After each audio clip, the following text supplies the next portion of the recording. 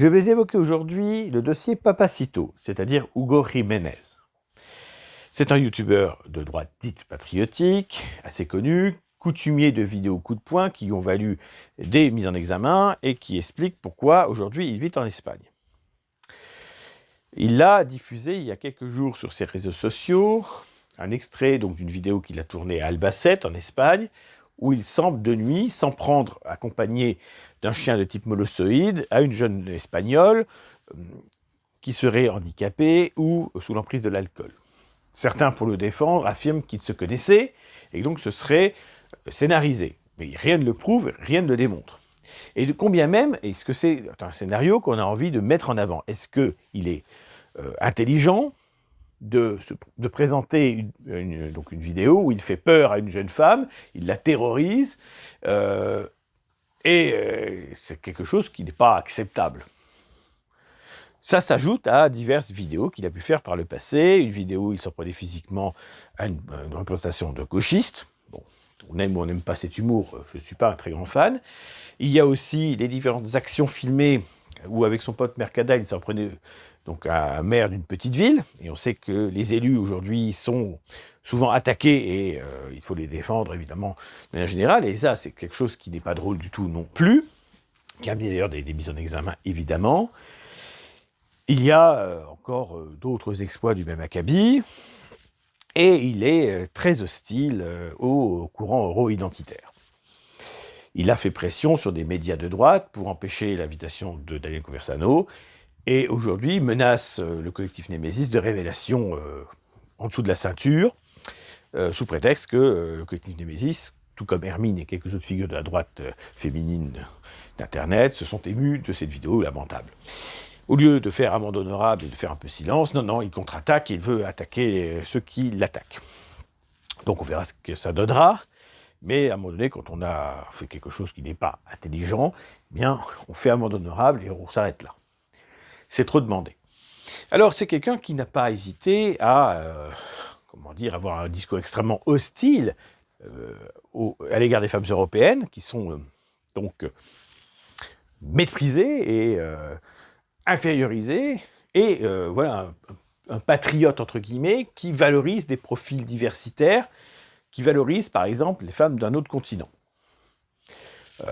C'est une europhobie relativement rare à droite, quand même, mais lui se revendique explicitement.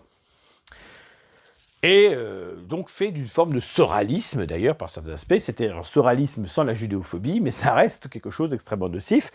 On est sur de l'égalité et réconciliation entre Européens et banlieue, si on peut simplifier les choses comme ça. Donc c'est la promotion d'une France et d'une Europe, café au lait. Voilà. Et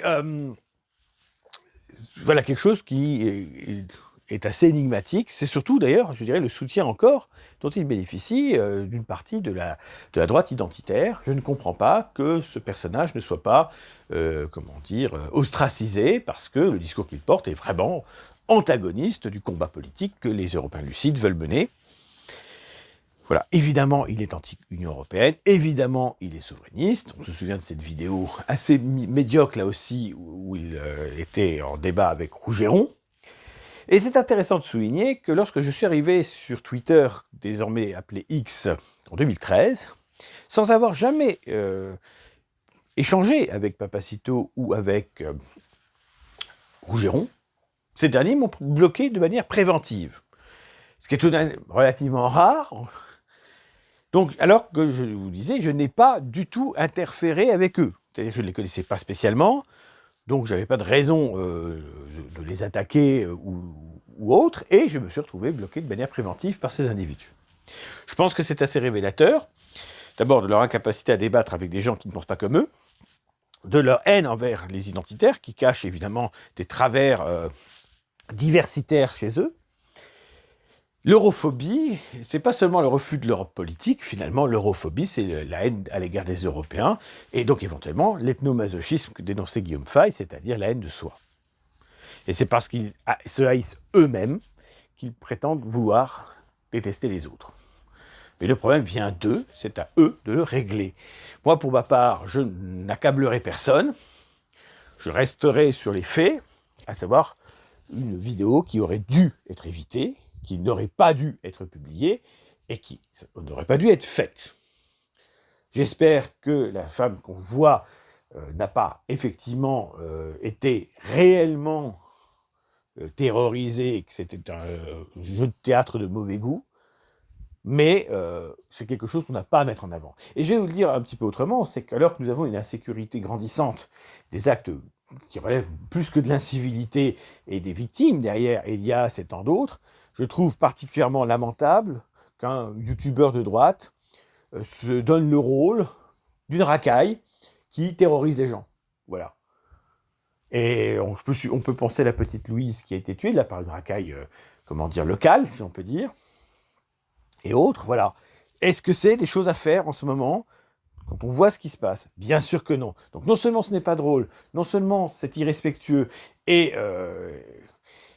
ça peut choquer, mais en plus, c'est vraiment pas le moment de balancer ce genre de production. Voilà, donc il y a un sens de la propos qui me laisse pantois.